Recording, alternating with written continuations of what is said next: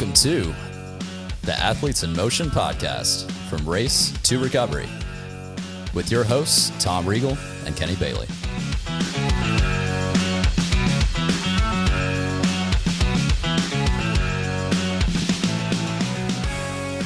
Hey, Kenny.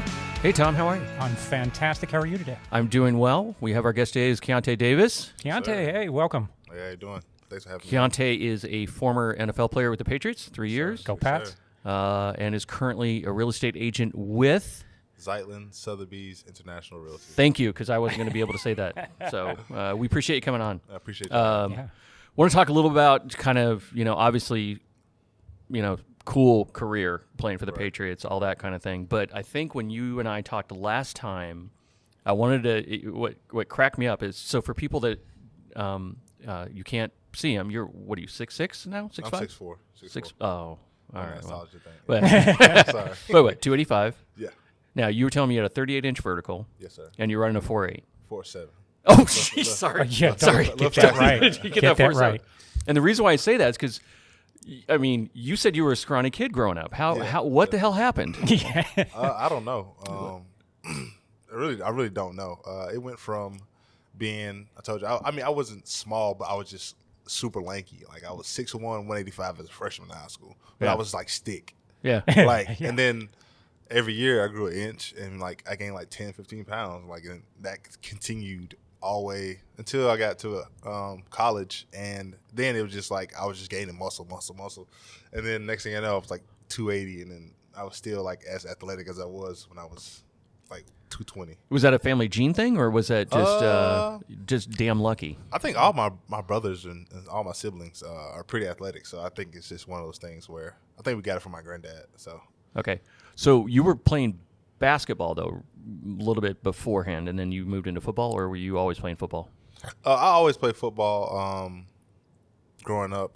When I was growing up in Chattanooga, I started off with baseball, actually, when I was super young. Oh, no kidding. Yeah, I started baseball, and I was really good at baseball. Which Really position? good. I played every position. I played Oh, really? all outfield. I played first base, third base. That was mostly what I played. So you were the Bo Jackson of Chattanooga. I guess so, Nice. yeah. But I was really good at it, and then I told my mom one day, I was like, "This is a little too slow for me. I don't. I want to hit people. I want to do something. I want to do something different." I want to tackle. I remember I was 7 years old, and I went out to my first football practice, and I came home crying because I didn't like it. I was like, people was yelling at me. It's hot outside. I was like, I don't think this is for me. So I continued playing baseball until I was about 9, and then my brother right under me, he was always the best player on every team he played on.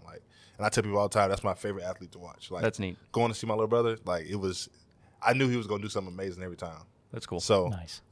So he was definitely my inspiration to playing football, because I would go watch him all the time. I was like, okay, I can't let him be the only one, playing football. If he can do it, I can do it. So I started playing football, and I was 9, and I played.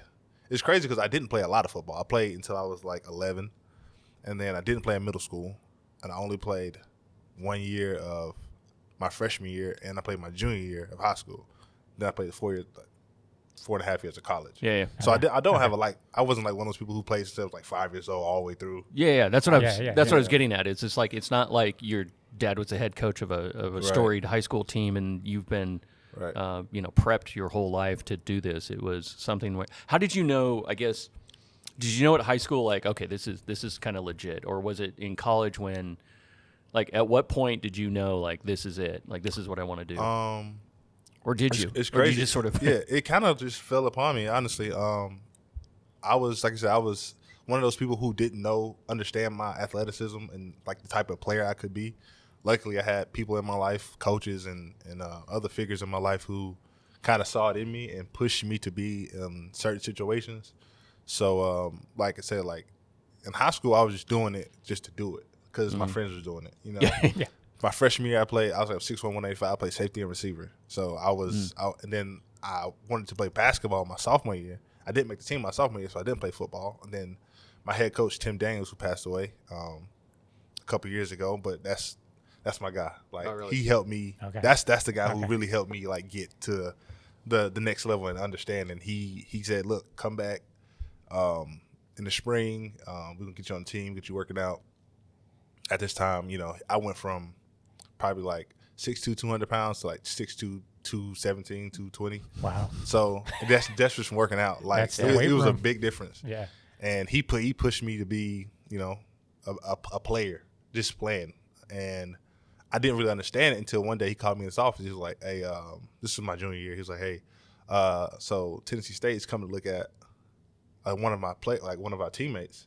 He was like, "But they also come to look at you too." And I was like, "What?" Like, and this I didn't understand like scholarships and going to college off football. I didn't understand it because I was just playing just to play. Like, and then at that moment, I told my mom, and it was just like kind of like life changing for me, just because it was a realization that I could actually do something with it, and I could actually, change my life with it, and Sweet. change the people around me life with it. So then like college became a reality without having to, pay for it. Yeah. That's And the best way. So yeah, exactly.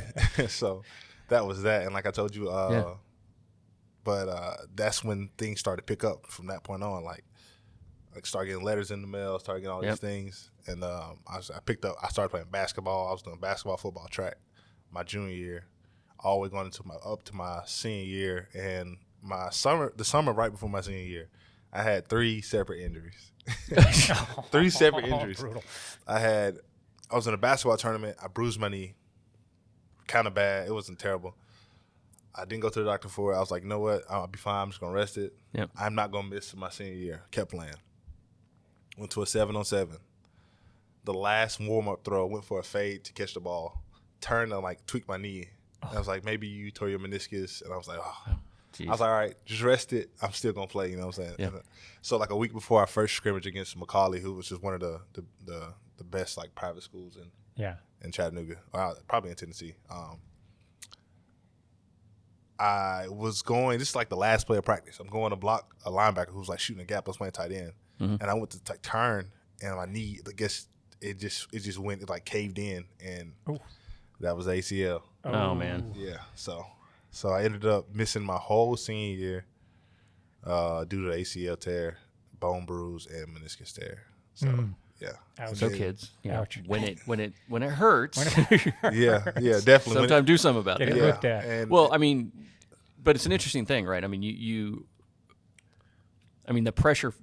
Well, let me ask you the question: was there pressure at that point in your senior year? Like, look, this is going to decide whether I go to college or don't go to college. I can't just like sit it out, right? Because you went from like not even sure that college was an opportunity, and now college became a real opportunity. Right.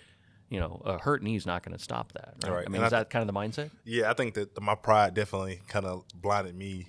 And it was kind of one of those situations where I didn't have anybody to say, hey, you need to chill out. Yeah. And not saying that people wasn't there for me, but it's just a lot of people didn't experience those type situations or didn't understand those situations. So, and like I said, for me, it was just like I've always been like the big brother and had that responsibility and leadership role, like pushed on me, like even times when I didn't want it. So it was kind of like lead by example. Like I can't let this stop me. Yeah. Yeah. You know what I'm saying? So I didn't want people to see me down and out and broken, but that's like life. Like, Yeah. you're gonna be broken at some point. It's gonna like, happen. Yeah.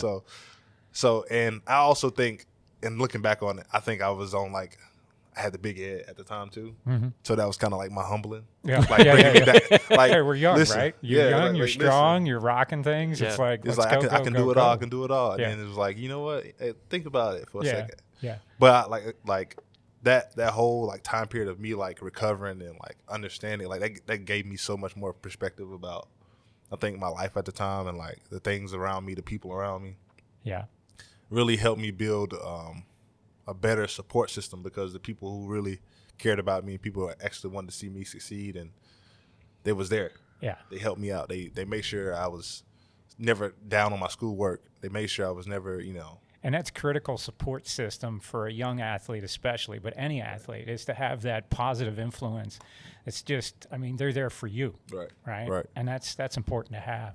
And I think half of it is because I built such a good relationship. It's just being a good person to people. Like I tell people all the time, like you never know when you're going to need somebody. Oh, yeah. Yeah. So it's kind of like you can't just walk around like shooing everybody off. Yeah. And then, it's going to come a time where you might need them. Yep. And Yep. like my teachers, like I was good to one of my teachers, Miss Manning. She passed away. She battled cancer for a long time, and she passed away. But she she would bring me my homework. She would make sure I was on top of my stuff. You can do this, and this.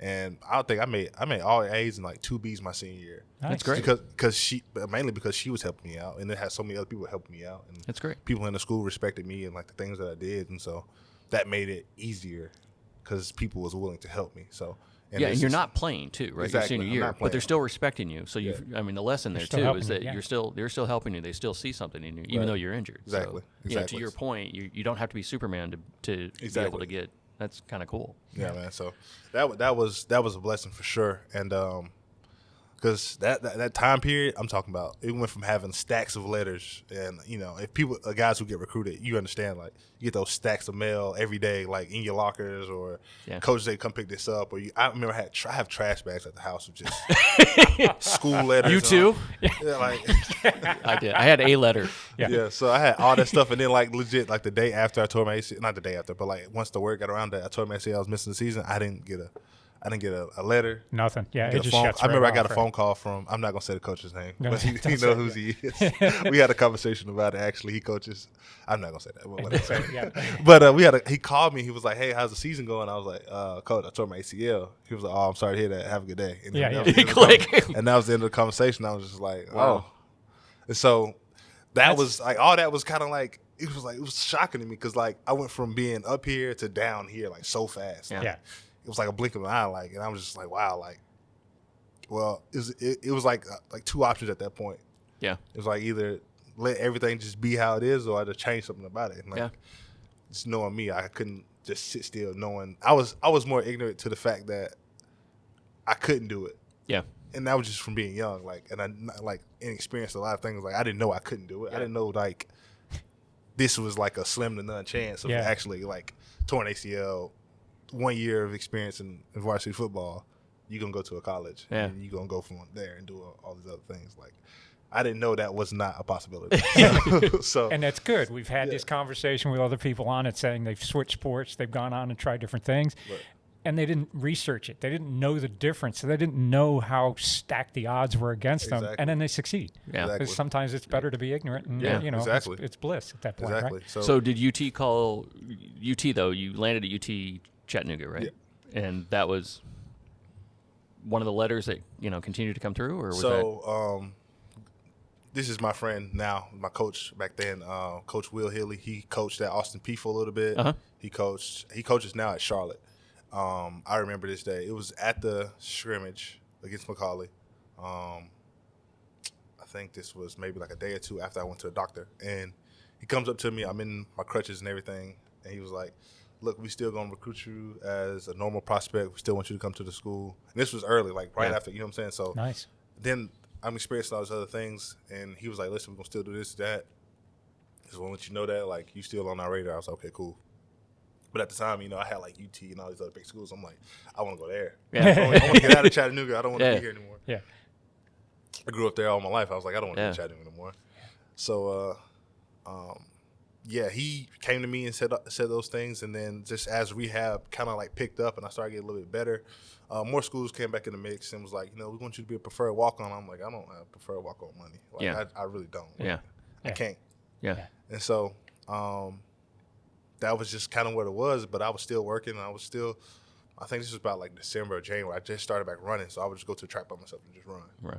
And I would go to physical therapy. And I remember like I went to Red Bank High School, and people who, if you know what Red Bank High School is, a hill that you come down or you go up to leave. It's like to the right when you come out the light. And my physical therapy place was on the left of it. So I had to go up the hill to the left, across the like 4 lanes. Yeah. In crutches sometimes if I didn't get a ride there. Oh, jeez. So it was like, that was a workout in itself, but every day going up there, going to physical therapy. Nice. Then when I went to my advanced therapy place, it was a Summit Physical Therapy, Star Physical Therapy. I think that's what it's called in Chattanooga. I think it might be one here. Yeah, there is. It is? Okay. Yeah. Okay. Yeah. I went there, and they did a great job with me, and just working on getting my strength back, getting my coordination back, doing functional movements, not just, things that make it feel good, but actually like working me, like making me work. Yeah. So I guess the question would be is, So in high school, you didn't really think a whole lot. I mean, you're just going through the drills and all that. Now that you got that injury, you're coming back for the injury. How more conscious were you of the types of workout you're doing and how to take care of yourself? I mean, that clearly, that was a good scared straight program, I guess, right? Right. Yeah, definitely. I wouldn't say it took. I think it still took me a while, even after that injury, just because it was more. I was doing the recovery stuff because I had to, and it was more. Like motivation, because like I didn't want the next day to be worse than the day before. I wanted to get better. Yeah, absolutely. Like I didn't want to get worse at all. So at that point, I was just mainly focusing on how do I get better. Like, okay, do I have to ice it? Make sure I'm icing it. Make sure I'm elevating my leg. Yep. It was the simple stuff then. Yeah. But yeah, I think it took a while for me to actually learn the recovery aspect of football or of life, like the actual, like no matter what, like mental recovery, physical recovery, like it took me a while to learn that part. Yeah, but you did okay in Chattanooga there. A couple of, if I'm reading correctly. So single season school sack record, second all-time sacks at UTC. So apparently when you came back with a vengeance. Oh, it took a little while. I mean, were you angry when you came back, or was it more like definitely driven. I got to prove something? Right. I think yeah, it was more of I had to prove something, and playing in your hometown. I mean, everybody knows you, so you kind of have to, you got to show up. You got to show up, right? For sure. So I mean, when I got to UTC, it was definitely I would say different than what I expected, just because it's first time in college, different level of playing. I haven't played since 2011, and my first year playing was 2013. Wow! So that's 2 years off. I played in like the North South like All-Star game. Like this was like I was maybe like 10, 11 months out of surgery, and I played in the All-Star game. So that was like my first game, but ever since then I haven't played like in a game. And I redshirted my first year. It was just all like experience in college and learn, and like pretty much experience in college. If anybody is worried about redshirting, don't be. That's the best part. I'm telling you, it's like takes you get the pressure off, right? Yeah, exactly. You get to practice. You still get to be a part of the team, but you also get to be a college student for a year. Nice. Yeah. So I would say if you get a chance to redshirt, do it. Trust me. Do it. There you go. And like I said, but like I came in, I was like 230, 225, I would say. I was lucky enough to work out with them during the summertime, like right after I graduated high school, and I was like 220, I would say 225. But by the time 2013 came out after my redshirt year, I was 245. Wow! So that was like I was ready to go. Yeah. So that first hit, how did it feel? I mean, was it like a little nervous? The first game we played UT Martin, and literally when I stepped on the field, my legs like locked up. Like really? So I took a step. He was like, "Keionta, you start." And I was like, "Okay." I like took a step on the field. I was like, "Oh, my legs." And it was just like, what do I do? Like I was just so nervous. I guess I never felt like I would be this nervous. Like I was truly nervous. And UT Martin, boy, they put it on us that day. We lost it. We shouldn't have lost to them, but we did. We missed. I think as a team, we missed like 69 tackles or like 77 tackles. Oh wow! Yeah, it was bad. Yeah. It was bad. Humbling, right? Yeah, definitely humbling. Yeah. And but the good news is, I mean, you played through the game. You had a lockup when you walked out, but then kind of, once you get into it, right? I mean, once you that was the worst game I ever played. At least it got better from there, right? Hey, look, I'm trying here, man. that was the worst game I ever played. I promise you. I missed the sack that game. I was, and like they always tell you miss your first one, but like I shouldn't have missed that sack. Like, like, it was the fact that today it still bothers you, cracks me up to no end. Right? For sure, exactly. Especially, I'll tell you how competitive it got in the locker room. You'll understand. But that game kind of like.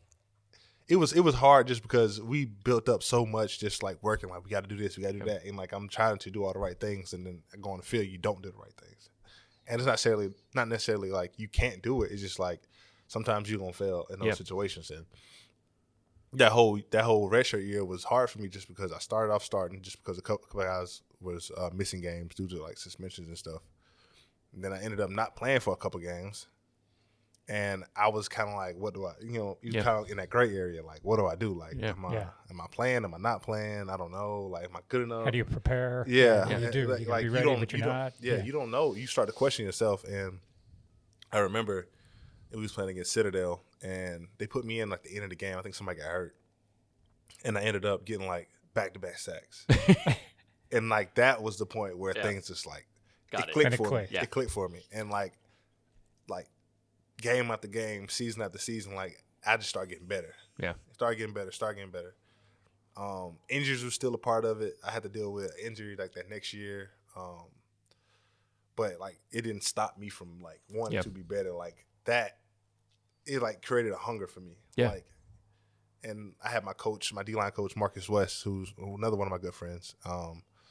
He just like was telling me like, bro, you got to want it. You got to want to go get it. And like that was the only thing I cared about was going to get it. Like whatever it was. Like I didn't care about like, you know, being the best or whatever. I just wanted to be me. I wanted to, you know what I'm saying, make myself into the person I thought I could be. And it kind of turned out that way. And it was just like that motivation that was instilled in me by the people around me, my teammates, my coaches. Yeah. Like they amplified what I thought I could be. You know what I'm saying? Like you come in, you think you know who you are, but people can sit there and show you like if you do this, this, and this right, you're going to be 10 times better. Or if you do this, this, and this, or just take 2 days out the day to do extra this or, you know, whatever it is. Like you take that and start applying it to your game or to your life and it changes. Like, so. It's almost like you have to be confident enough to know that your ability is getting you there, right? Right. But humble enough to be able to take direction from folks as saying, hey, you're almost there. Change these two things or apply these two things, and it's going to get you even further. Right. So you have to be both extremely confident in being able to know your ability, but also not be so confident that you're arrogant and stupid and you don't listen to anybody, right? Because you can only take yourself so far in this life.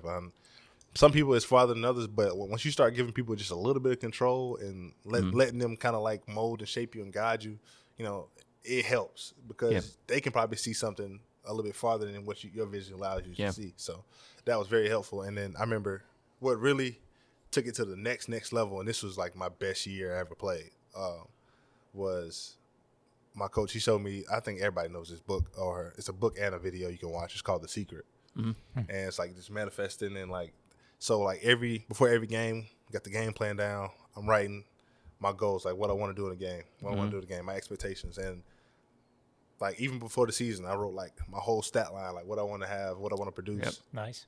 I was pretty close like every year. Like every time I did, I was pretty close. And that's the year I came up, I had 13 and a half sacks my junior year. Made All-American, I think, that year.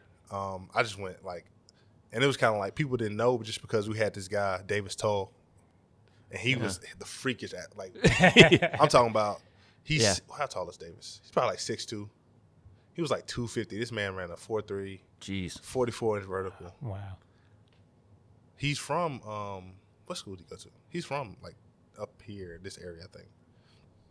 But it's a white guy, though. So, like, you wouldn't expect it, though. You really wouldn't expect it. But, like, when you see him on the field, like, I remember a play, like it was like a running back was supposed to cut him, and he jumped over the running back. And I'm like, whoa! I almost sacked the quarterback. The quarterback had to throw the ball away. I'm like, yo, and like, but he was like the gold standard of who like D lineman. Like he has the sack record at UTC still. I think he had like 39, something like that. Like he was a dog. He got drafted to the Saints. Did he? Yeah, he played with the Saints for a couple years. He bounced around the league a little bit, but I mean, you know, I had that guy in front of me, and so like everybody was all eyes on him all the time. So when he left, it was kind of like, well, we don't have to worry about anybody. Yeah. And then I was like, you came in. And I was like, well, hello. It was like, well, you know, hold my beer. Exactly. So I kind of like, that's great. It was like it was there. The opportunity was there. Like everything you wanted. Like it might not come in a way you think it is, but like the opportunity was just there. Like there's no guy. So like this is the time. Like if you want to be the guy, here, it's on the plate. Use your opportunity, right? Yeah, and I took like every game. I was like, I have to instill that. Like I had to show people like I'm the guy. Like Well, I know Zeke did the same thing, and I think when he ran for over 2,000 yards and got, you know, running back of the year, he would write down like these are the things I'm going to do. Like I'm going to have a 2,000-yard season. You know, I'm going to be the rush leader. He just wrote it down and it kind of manifests itself to make sure that that's the things you do. I think write it down. It's just kind of like holding yourself responsible. Like, because there was some games where I didn't do half of the stuff I wrote down or half of the stuff I thought I could do. But it was like, did I even like even if I did meet those criteria, did I play like that? Like, did I play with enough intensity to get those things? 'Cause like honestly, you can be better than some people sometimes, but like, because you step down to their level and you still better, don't mean that you are holding yourself to the standard that you need to be at. Yeah, exactly. So did you go after each game? Did you look at your stats and stuff and look where it was and sit back and go, okay, I didn't do exactly what I wanted to do or be at that level. Where can I make the improvements? Did you watch the film? Did you go back over and just tweak little things and go, here's where I can improve? Watching film, definitely. And that was the thing that really, I think, took my game to the next level, because I say my sophomore year, I didn't have a bad season. I had 5.5 sacks, 10.5 TFLs, but I played off the bench. Like, I was like the third guy. You know what I'm saying? I was the third guy. As a third guy, that's pretty good. And so I was like, but you watch the film, and I will miss so many opportunities, or like not getting off the ball fast enough, not doing certain things. Like, I'm like, you could have had 10 easy. Yeah. Like, or it's certain, like, it was certain games where, like, even my junior year when I had 13.5 sacks, I had like 3 or 4 games where I didn't have no sacks. But, I mean, half of it was because we played triple option teams, but and that sucked. But but it was just like, you go back and watch, like, bro, if you just went a little bit harder right here, or if you just stuck to your technique, or if you just paid more attention, like, even at my best, I was still trying to, like, you had 3 sacks in a game, you could have had 6. Yeah. Like, and like, that's like, when you hold yourself to that standard, you never let yourself like fall short. Yeah. And like, you understand your ability, and like, I think self-accountability, self-honesty are like 2 major keys that will really allow you to evolve in life, not just in sports, just in life. Yeah. And I think there was a trust factor too, because I think you have to be able to, at some point in time, you got to trust somebody, right? I mean, you have to trust that your coach is trying to do the right thing for you. You have to trust that the people are around you are doing the right thing, and that can be a difficult thing to do. Right. I mean, first off, admit it. I mean, just for, like, I'm a weekend warrior. I do triathlons. You know, at some point in time, I'm like, I suck at swimming. So I needed, I got Tom as my coach, because at some point I'm like, I can continue to beat my head against a brick wall, or at some point I got to trust somebody that they're going to help me get better. And that is that a difficult thing for you to trust people, or is it something that or you just got? And that's crazy that we talk about that, just because my senior year I had to switch D-line coaches, because Coach West and Coach Healy, they left to go to Austin Peay, so I had a new guy come in. Yeah. And I'm like, okay, I'm coming off a 13.5 sack season, All-American, all this other stuff. Yeah. It's kind of like, do I still do things my way, or do I let this person coach me and teach me things? And that was, I think, I guess like a nod to like who I am as a person. Is just kind of like, I didn't let that affect like the coach. I still let the coaches coach. Yep. Nice. I think, and that's just kind of like respect. Like, and I'm big on respect. Like, that's one thing you can always control. Like, the respect you give, not the respect that you're giving. So, and I'm big on yes sir, no sir, yes ma'am, no ma'am. My granddad, he won't let me talk to anybody with like yeah or no.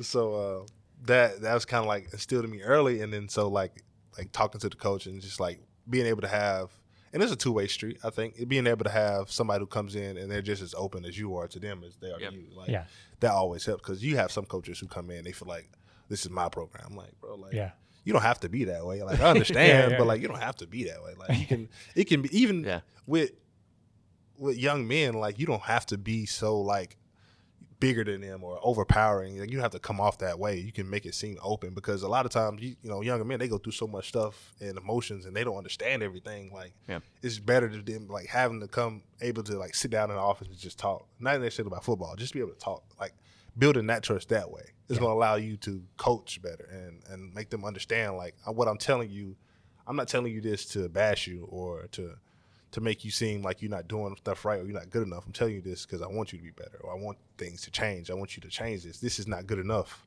Yeah.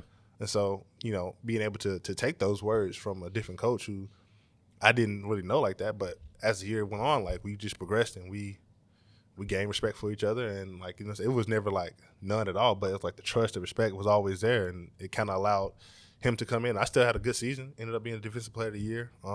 Ended up, seems to be okay. Yeah. Turned out all right. Turned out all right. Not the season we wanted to as a team, but like, it still was like one of those seasons where, it was some change in there, but we didn't allow it to to like destroy us as a team. Like, we still was able to progress, especially as a unit on the knee line. It kind of put me in more of a leadership spot because I had to make sure the guys behind me was still giving the coach that same respect too. So yeah. I think that was just another opportunity for me to grow as a person. So when you left college, what was your expectation on draft? Did you think you were going to get drafted? Were you? Tell me if this is a touchy subject. No, all right. It's all good. I just don't know. I didn't tell you. Well, I meant to tell you. At the end of the day, you're still 285. So it's not a touchy subject. Touchy subject is signing day when I cried on signing day. Did you? Yeah, man, that was a rough one. Yeah, but it was just But anyway, we ain't gonna talk about that. Oh no, we're gonna we can come back. Oh no, we're absolutely gonna talk about that. 100%. But okay, so were you expecting to get drafted, or was that something you were kind of hoping to? So coming out of college, I went to the Senior Bowl and I competed in that. The buzz, I think the most buzz I had was probably like 4th round, maybe. I think the highest, maybe. I don't think 3rd round, probably 4th round would have been the highest I probably went.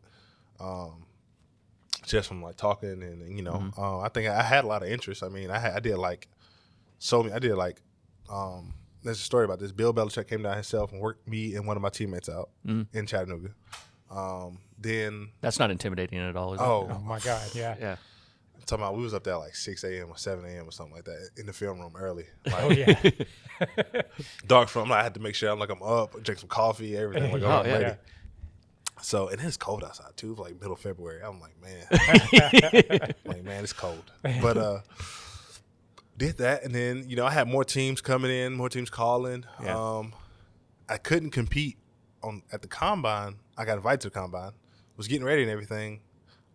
We was doing like the medical part of it, which is like the worst part of it. Like the combine is probably, I'm gonna say it's a bad experience, but it's just like it's tedious. It's like it's a lot of things you have to do that you don't want to do. Yeah. So going through the whole medical part, and they take down your injuries and all the things that you went through, and they kind of like check over them. And so I had like a lot of stingers from college, and they never stopped me from playing ball. Like I still played. Yeah. I'm thinking at all like maybe my ankle, because my ankle I sat at the most games with an ankle injury. Yeah. That's about it. So they come and get me like the day of, like, we about to do bench and all that kind of stuff. Yep. And it was like, well, you can't compete in the combine. You have a herniated disc in your neck. And I'm like, what? I was like, okay. Does it feel herniated? I was like, because I didn't have any symptoms. Like, right? Yeah. I had no symptoms. I didn't know. Like, I had no pain. I had no like tingling down my arm. Yeah. I had nothing. Like everything they saying that I should be feeling, I didn't feel. That's funny. And it was high up too, so it was like C2, and it kind of started to bruise my spinal cord a little bit too, and it was another one like down a little bit further, like C4, I think C5. So I had 2 herniated discs, and it was just like, and I was like, I don't know what to do. Like, I can't compete. I was like, I'm fine. Like, I don't. It's like, well, if you roll, and it's a liability at that point because they identified the issue, and if you go out there, then they're neglected. So at that point, I called my agent. I told him everything. I was like, bro, I don't want to be here. I want to leave. Like, can I leave? He was like, no, I'll just stay. Hang out. Because I did have a meeting with the Ravens, which is pretty cool. So. Was there a team that you really wanted? I mean, you landed in New England, but was there? It wasn't really a team I really wanted. I grew up a Kansas City Chiefs fan. I tell people all the time. Not the Cowboys? Not the Cowboys. No. Not the Cowboys. I think how I picked my favorite team was, I tell people all the time, I picked my favorite team, I was just turning a random game, and whoever won was my favorite team. That's how. There you go. And that day, the Kansas City Chiefs won. That was my favorite team. So. There you go. But, so, I had all these, that was another moment where, like, I was on top of the world, and that injury brought me down. So I'm like, okay, what do I do? All right, get ready for pro day. So I go back home. I get ready for pro day. I killed pro day. Ran 4.7, 38-inch vertical. Then I got 10.2 broad jump. Like I killed it. Jeez, nice. I killed my pro day. Yeah, you did. Killed the drills, killed everything, and I'm thinking like I'm good. Like I'm still doing like workouts with teams. They coming down, Chattanooga. I'm still Mel Kiper's like probably giving you praise, all sorts of stuff. I don't know. Yeah, but then it comes down to it. Like I had to go back up to Indianapolis for like the combine reevaluations, and they're still there and they still talking about it. It's like I basically get red flags for that. Yeah, and so it went from 4th through 7th round guy to you can't even draft this guy. Or you can't even pick him up. Ugh. And so I went to New York to see a specialist, like a spine specialist.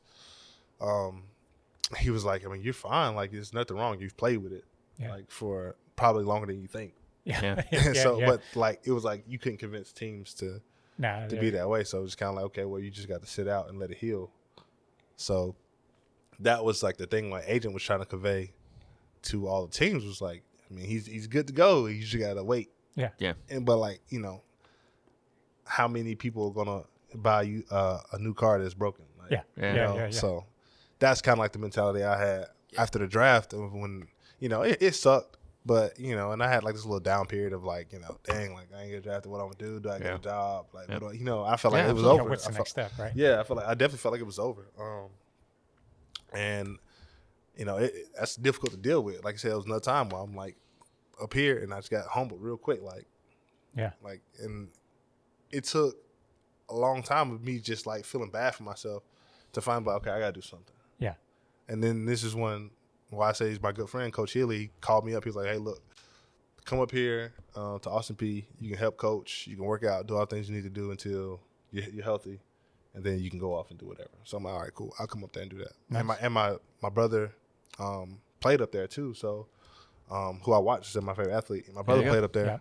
Yeah. So I was like, okay, well, I'll get up to be with my brother. I get to watch all his games. So I go up there for camp. We hanging out. You know, just, you know, it's cool. Like, it's coaching is cool, just long hours. I don't think I can do it now, but it's long hours. Yeah. You know, so I compete on coaches. Yeah, I compete on coaches that go up there at 6 a.m. and don't leave till 1 a.m. So, but that's a no. Yeah, exactly. So I would go up there. I would get in at 6. I would go do my conditioning, my running, or whatever. Go through practice. I would work out. I would go eat, then I would go watch film. Then I'm just with the team the rest of the day. Yeah. So I was doing that for about 2 weeks.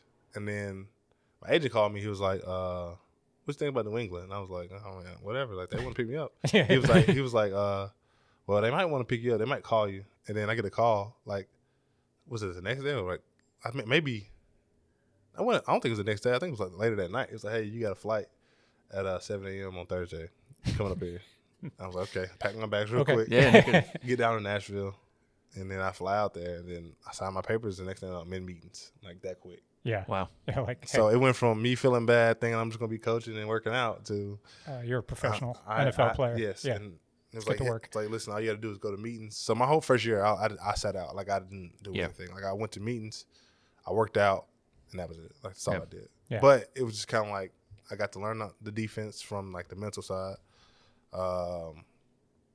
It was kind of like redshirting your redshirting your pro day. Right? Exactly. I mean, you got in, you got used to the facilities, you got used to the people, you got used to the schedules, and then got to learn it. Yeah.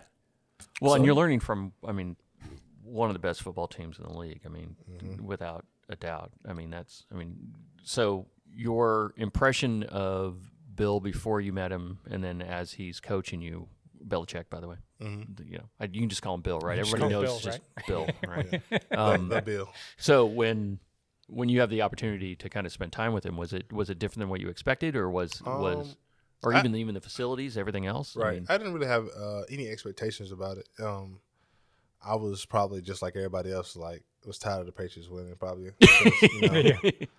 But it was kind of a respect thing. It's just kind of like, I mean, they win. Like, at the end of the day, they do nothing but win. They're doing something right. That same thing with like LeBron. Like a lot like the Cowboys, by the way.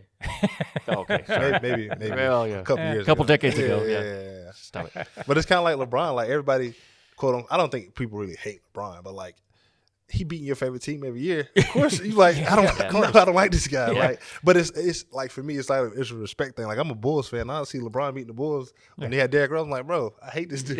Like, right. Like, they ain't go on somewhere. Like, we're gonna beat you eventually. We never did. But it was like, eventually we will. But like, it was kind of like that hate. But then you see the work they put in and everything that they do, and it's like nothing but respect. Yeah. And how they handle certain situations, how they handle it, like, the way Bill coaches, like the way, like, he's so smart. Like, he's a big history guy. Yeah. And that translates into the way he coaches because it's based upon like history. Like, Yeah. Because people don't change. Like he's got a reason behind what he's doing, and he explains that. Yes. Right. Like, I remember sitting in film sessions. They'd be like, this coordinator ran this play in 2001 at this set, and then in 2017 he ran the same exact play, same exact situation.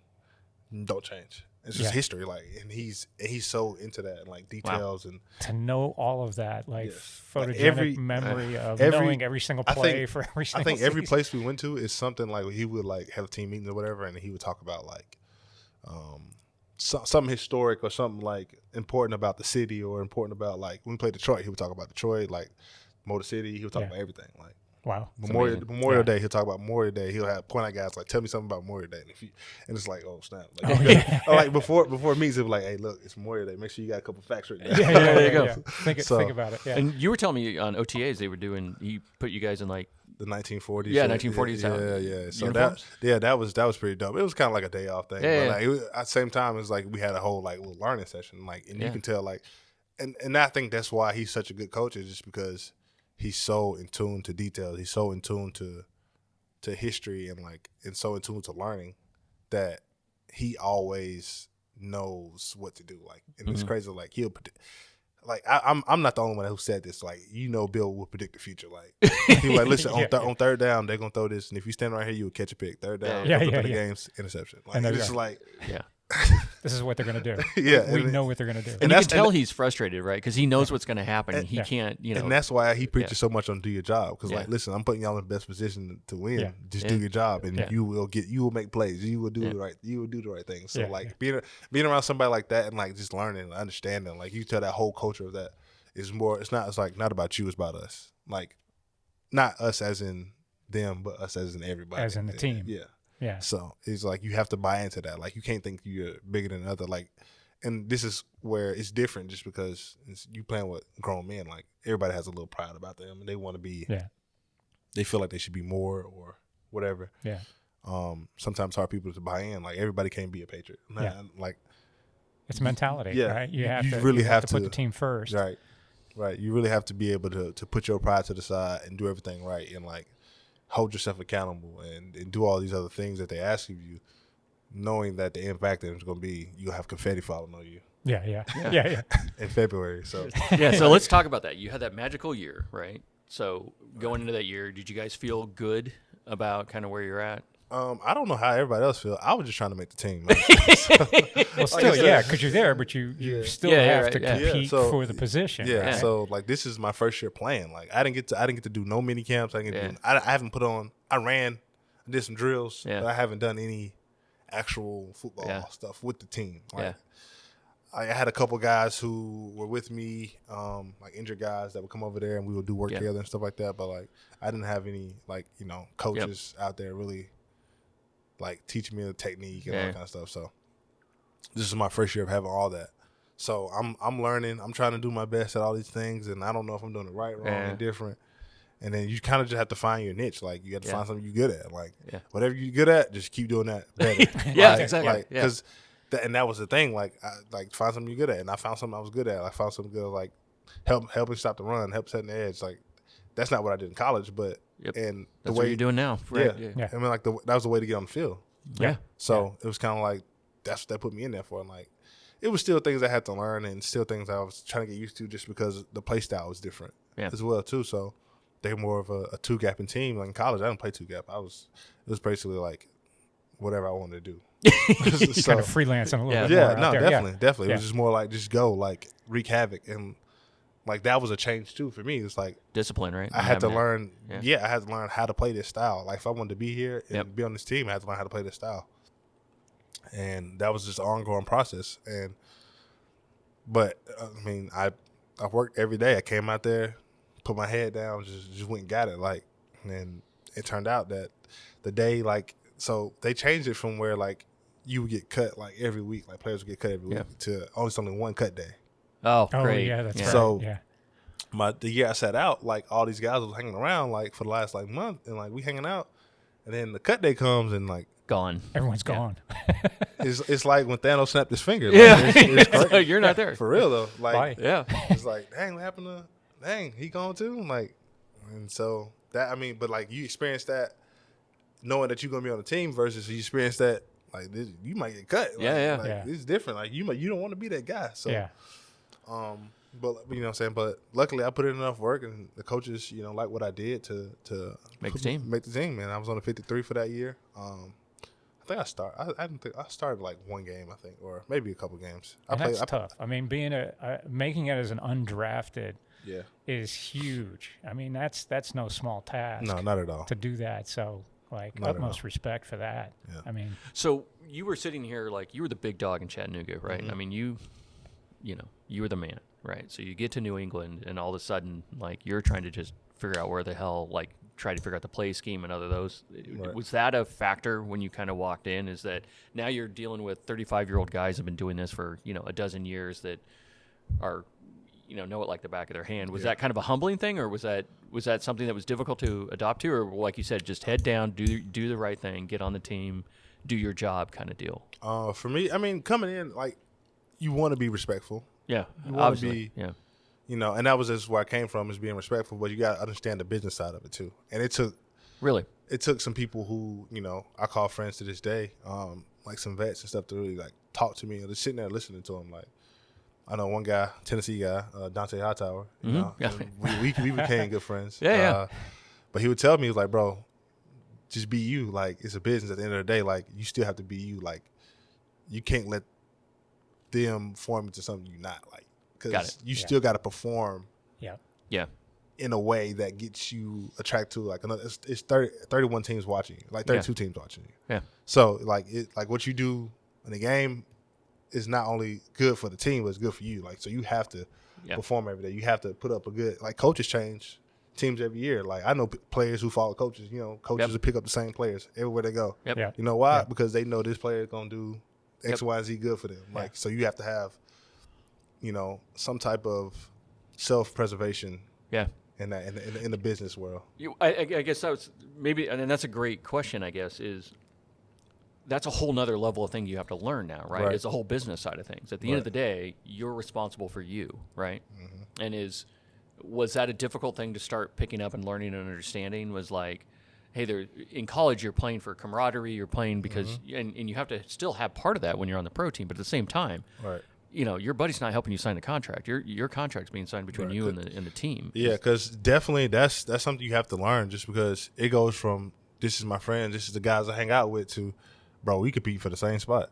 Yeah. like it's gonna be me or you, possibly.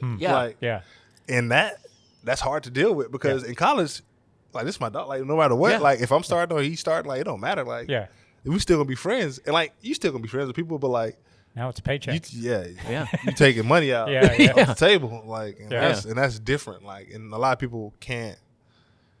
I don't know. A lot, like, you can come in there and being ignorant to it, like I was, but luckily I sat out my first year and I didn't really understand that kind of stuff. But like, when you see it, and you're like, okay, like, like, you can be friends with Officer Lime. Like, bro, today, like, I can't go easy on you. I can't.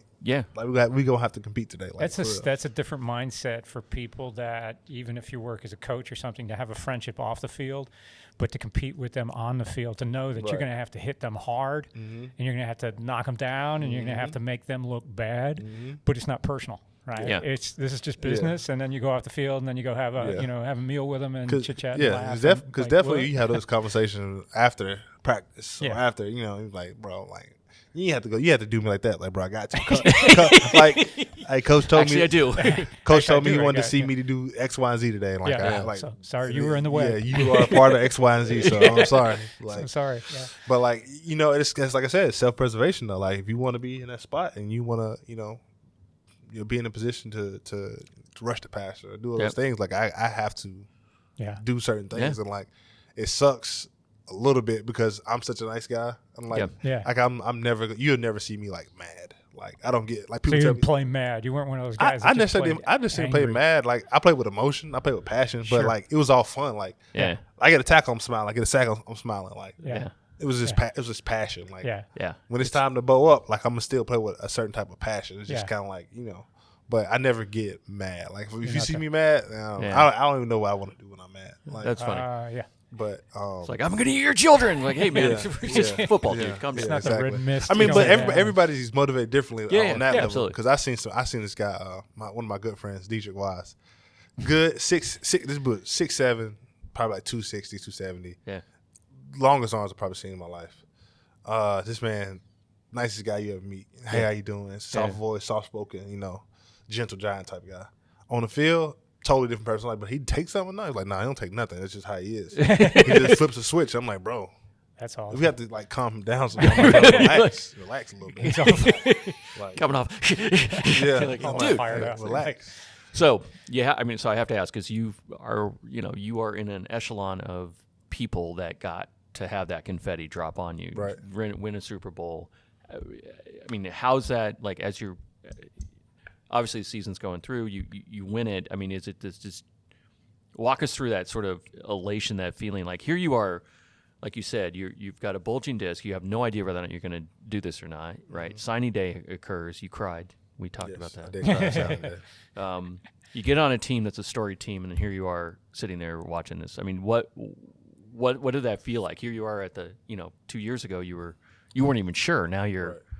I think it was a little partying like a rock star. It was a little different for me because it was so surreal. Like I remember at a practice, I told my teammate, I was like, bro, like I've been so worried about how well I'm doing on the team. I haven't been able to like enjoy like the process we've been winning and going through, just because I'm trying to get on the field. I'm trying to stay on the field, trying to stay on the team. Like sometimes you have to enjoy the moment, like, and that's real. Like you really do have to sit back and enjoy the moment, no matter where you at, no matter what's going on. Like if things are going a type of way, you have to sit there and like be in the moment. Like, and I like for like a couple of weeks I wasn't in the moment because I was just trying to work so hard to do the right things, to learn this system, to show them I can play inside, I can play outside, I can play. I was doing so much, and I never really sat back and like, dang, I play in the NFL for the New England Patriots, and we are going to the Super Bowl. Yeah. Like I didn't think about that for a long time. Like I didn't think about that. It was just more just like I'm playing football. I'm trying to better myself. I'm trying to get better every week. I'm trying to put good tape on film. I'm trying to do all these things. But when I finally got there, it was kind of like I didn't get to play in the Super Bowl, which I was a part of the 53-man roster, but I was just only for like 47 play, so like 6 guys got to be inactive. Yeah. But it was like that whole week, and like even in the playoffs, like I was like playing like an essential person in practice and knowing that my reps are important. Yep. Yeah, absolutely. Everyone contributes. Yeah, and that's when you start learning how important roles are. Yeah, and how important. Like, you don't always have to be the man to win. Yeah. Like I said, and like going from Chattanooga, being a man, and then coming to New England and just being a role guy, whether it's just coming in playing when somebody's hurt, or coming in and being like the guy who's Aaron Donald on the practice squad. Yeah. You still have to play your role for the success of everybody. Yeah, absolutely. At 100%. You have to give 100%. Right. Yeah, and I think that's part of football that some people just don't understand, right? Yeah. It's getting ready, like you said, you're playing Aaron Donald, which is a huge, task. That task needs to be done, because if you're not ready for it, if the team's not ready for it, it doesn't, you're not feeling the confetti. Yep. So. Right. So that was, like I said, that was my learning moment. Was okay. I can be two different people and still be successful. Yeah. Mm-hmm. And I think that kind of relates to life as well. Like I think sports teach you the most life lessons, and that's kind of like you don't have to always be the leader to win. Like you can also be the support person. Yeah. Mm-hmm. Because I can be the person who does the audio for this podcast. Yeah. Is this podcast successful? I'm part of that. I don't have to be the guy on the video or the guy the main voice. You know what I'm saying? So it's just kind of like you have to understand. Like at certain points in your life, you might have to be the role player. You might have to be the guy who comes off the bench. You might have to be the practice player. They're some of the most important people. Exactly. Right? When you put a team, everybody's important. Yeah, even in a company, a business, some of the most important people. The guys that are doing the grunt work, right? To keep the lights on, to keep things moving, and everybody else kind of succeeds with that. The team succeeds. Well, and also, I mean, another, like when you look back in the college days, what you mentioned was in your senior year, you had to make sure that the guys behind you are looking at you. You're setting an example, so your impact isn't just you're gone that senior year in college. Your impact is those people are looking back at how you acted. So those sophomores and those juniors are trying to figure out. You're leaving an impact on those guys. Okay, that's what I need to be. That's what I need to do. That's an incredibly important thing to be able to do. Right, definitely. And I think the biggest, talking about that, we had a guy, Isaiah Mack, who ended up playing for the Titans. He played for the Patriots, now with Denver Broncos, but he was a guy under me, and he was the guy like hothead, but it was like when things would go wrong, I had to talk to him, and like all the talent in the world, this man, great player. I think he's gonna do great in Denver, and like it's one of those guys who's like my young guy. Like I got to watch him grow up and cool. do things. So it's dope to, and like it's other guys at other positions who I know, like, and not necessarily the guys who still playing football, but the guys who are doing other things in life, like knowing like I had some kind of impact, or like we don't have to sit down and have conversations. Like I sit down and have conversations with my younger brothers, and it's more mature conversations. It's like, okay, I know I do something good enough. To so they know, they understand. They know like, okay, this what I'm doing isn't good enough for what I need to find a way to do this. Or, when you have those kind of conversations with people, it makes you, even like now as a dad, like I want to have conversations with my son, and like to know like eventually he'll come to me and be like, Dad, like I'm thinking about doing this, or I'm thinking about doing that, or how do I get in the NFL? Like having those conversations, I think those would be dope. Like having those, like those are the life moments I look forward to. Stuff like that. Cool. So speaking of which, you are now a real estate agent, yes, right? Sir. What made you decide to go into that field? So during my time playing football, one of my close friends, Josh Freeman, he was always like the mastermind guy. So like on the D line, he called all the stunts and all the actions for us. He looked at all the game plans, and that was him. So we kind of connected on that level just because I needed to learn how to do that. And he was a year above me, so he kind of, we kind of sit down in the same, and we game plan everything together. So it kind of like translated over to like a business side of things. Like, bro, let's figure out how to game plan this like business world. So we had a lot of conversation about things and all kind of things that we wanted to do, could do, like where we could be at in life if we just, if we jumped into it, like we did something. And so I was in the league, and then I had the money at the time to actually like start investing in this stuff and start to build. We had conversations about flipping houses and all kind of stuff, like real estate investments, like multifamily homes, and doing like also doing better for the communities and you know what I'm saying, giving back. So we had conversations all the time about that, and as I think the year 2019, I got hurt. I sprained my AC joint in my shoulder. Ooh. And that's not like a bad injury. Like, it was a great one. It's supposed to be like a 2-week thing. Yeah. But I couldn't, like, I didn't have any movement in it. I had limited strength and a lot of pain. And after 2 weeks, it was like, well, I had me on IR. So I was on IR all the way up to week 8. And when got 2 different opinions on it, it's like, yeah, you're going to need surgery.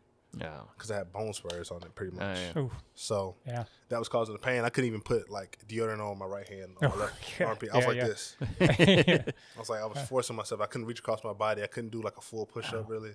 Like it was hurting. It was terrible. Yeah. Sleep was hard. But after the surgery, it was another 8 to 10 week recovery. Okay. That's the whole season. Yeah. It's done. So 2019, I had the whole season. So that whole season, we would just sit down and have conversations about like what I can do after ball. Like what can I do? What can I do? I was like, bro, real estate. And I was like, yeah, that sounds good. Like let's lock in on it, And so the conversations went from just conversations to actually putting things in motion. Like, let's figure out, let's make LLCs. Let's talk to people and figure out who we need to talk to get this, who we need to talk to get that. And 2020 comes around, getting ready for the season, rehabbing my shoulder. March, I'm in Arizona. Everything shuts down. Everything. No workout facilities, no nothing. I'm in Arizona. I got this like house for another like month and a half. I was like, well, I already paid for it. I might as well just stay here. I don't need to go anywhere. So I'm in Arizona, just stuck out there. And we still talking about like, what can we do? Let's do this, this, and this. We starting to put the plan together. And I go back up to New England in April, like mid-April, with the team after the draft. they released me. I'm like, okay, cool, whatever. Yeah. It's still quarantine, so it's not like things I can just go do yeah, whatever. you can. Yeah, exactly. So the teams that even wanted me, I couldn't go try out Exactly. for. So it was just like this big gap of time where I didn't have the workouts I did was just like simple little workouts. Yeah. I found little places to work out at, ran outside. Yeah. Do what you can, right? Yeah, do what I can. So, and then that's when I moved back down to Nashville in June with my brother. I was like, well, I'm not gonna be in New England, so I might as well just move closer to home just for a little bit, be close to family, just in case something happens with COVID. Yeah. I was here, and then it kind of got to the point. I was like, you know what? Maybe I'll just take this year off, and I'll just focus on something different, And that's when I kind of committed myself to finding what I wanted to do. What's the next step? Yeah, what's the next step? So, and it took me some time to do that because it was like, okay, now I'm on I'm not on the schedule no more. I'm not on the regimen no more. Yeah. I'm my own. So how and that's what I was going to ask you about. I mean, you spent, literally since school, you've been on a regimented program for most of your life, and then all of a sudden, is that a hard transition for you, definitely. or were you? I mean, you have to intentionally write stuff down like you did with? Right. Because it was hard just because I went from being a football player to I'm not a football player no more. So what am I? Yeah.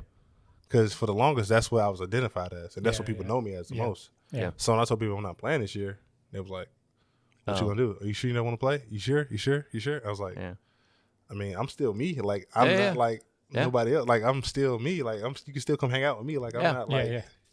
So it was that was kind of like I have to like really sit there and think like I really don't have an identity. I do have an identity, but like I really have to recreate my identity as Keionta Davis. Like Keionta Davis as Keionta Davis. Like not as the person. Not as a football player, not as anything else but me. So that's kind of the space I had to get to, and it took me a while to like think about that and like understand that. Like I wasn't working out for a while, and I wasn't really doing the things I should do for like my body and things like that. Because it was like a part of me like I don't know what to do. Yeah. Like, do I train as hard as I do football, or do I do something different?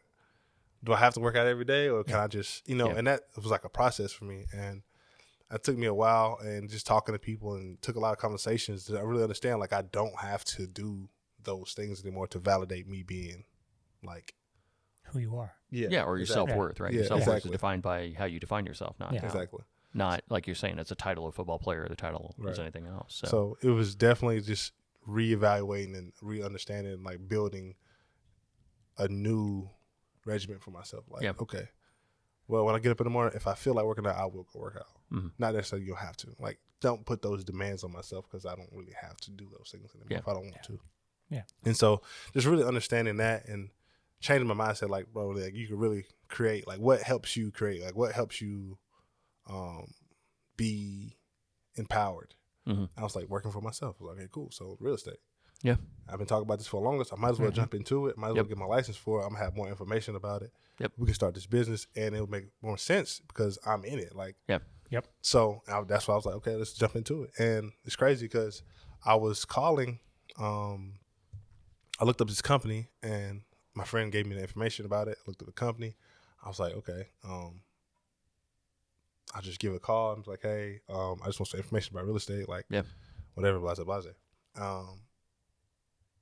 The lady ended up being the managing broker. My managing broker now, J.D. Telwar. I gave her a call on Zoom, and we talked for over an hour. Like, wow. And it wasn't supposed to be an over an hour conversation, but it was just kind of like good ones. Yeah. It was like everything was clicking. Like all the values that I wanted, they was built. I mean, Zeitlin's built like a team. Mm-hmm. The Sotheby's brand is worldwide. Mm-hmm. It was just so much that I was like, man, this feels like I'm part of a team. Like, meant to be. Yeah. Right. Like, so, and she was like, listen, you get your license, to take the classes, you get your license, I'll introduce you to the CEO. And she was like, this is not supposed to be an interview, but, if you do all that, then we can probably put you on the team. And I was like, okay, I'll do everything I had to do to get done. So there's like a new purpose. Yeah. Yep. Almost. Now you got your goal.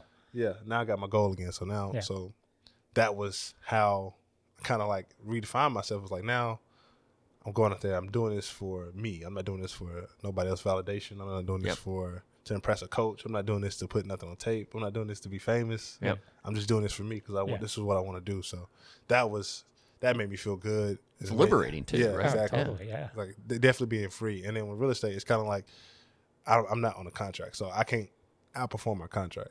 Whatever, you know what I'm saying? Like, yeah. There's nothing holding you back. Yeah, like it's you. If this is what I want to do, and like if I put in the work for it, and I do all those things, then I'm gonna get what I want out of it. If I don't do the work, I'm not gonna get nothing out of it. So this is a way to hold myself responsible, and it's also a way to, you know what I'm saying, reap what I sow. Pretty simple. Yeah. Well, and you've had that practice your whole life. I mean, that's what the good news is you were able to prove that, look, if I put it in, even through injury, even through, college that you weren't supposed to be at, but you're there anyway, through the injury and into the pros. Now it's just another level for you to be able to apply that same discipline that you have. And absolutely, you're going to be successful in that. I mean, you've shown it time and time again that,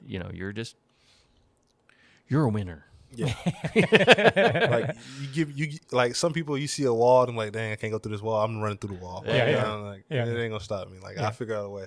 Yep. And that's kind of been like I said, as you can see, like that's been like the mentality. That's been like the thing of my life. It's like you get knocked down, get back up, you're going again. Like we're gonna find a way to get through this. So that's kind of been like what I kind of like, on the down times in my life where I'm like feeling like bad or like should I quit football, whatever. I'm like, bro, you done made it through worse than this. You done been through, so like those are the things I look back on. Those are the things I try to tell people. I'm like, bro, like just because things don't go your way don't necessarily mean it's over. Like there's like life has so many doors. Like because there's one lock, there's another one right there. It's like you can go through. Like you never know what's behind that next door. Like, and you get that good support system with you that helps you kind of navigate all of that.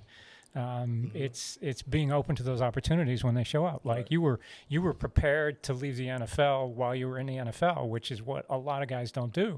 Right? They don't think past that, and then they have a hard time adjusting outside of it. So you had the smarts to start thinking, what's going to be the next step? What am I going to do next? What's my passion? Like I said, I think you can't let what you do define you. You still have to be you. Yeah. Like you have to be able to take off your Superman had to take off Superman, be Clark Kent sometimes. Like, you have to be able to do that. Like, you can't walk around Superman every day. Yeah. Like, you can't do that. Because then you get stuck like, I am Superman. Yeah. And not Clark Kent. Yeah. But who you really are. You know what I'm saying? So, so I think that's very important, like, as you're doing, like, whatever you're doing in life, like, define yourself, and everything you do is defined through who you are. Yeah. So, and I think that helps so much. Like, you can get caught up in the NFL world, like, celebrity, this and that, but who are you really? Like, let who you are shine through what you do, like not necessarily the other way around. Yeah, I like it. Sweet. I think that's a great place to end. I think so. I think that's so. How do people get a hold of you if they want to get a hold of you? Yeah, you can find me on Zeitland.com. If you go to the agent profiles, type in Keionta Davis, or you can type in Davis because I know my first name is spelled Keionta. If you need to reach me by phone, you can text or call me 850-686-5484. Like, I'm always on my phone. Texting is probably easier. If I don't get your call, leave a voicemail. I will call you right back. Free to talk about any real estate things you want to talk about, even if it's not right now. If it's something like you want to do in the future, just go ahead and get that plan.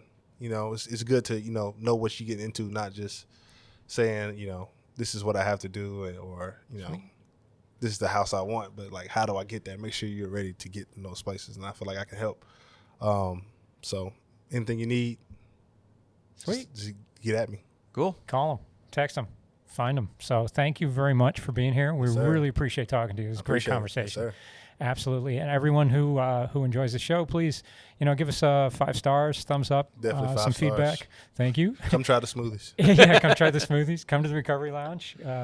Check out Tri-Time R Endurance. We appreciate all that. All of those that feedback and those stars gives us a bump up in the algorithms, which allows more people to find us. So thank you everybody for all the feedback that you've given.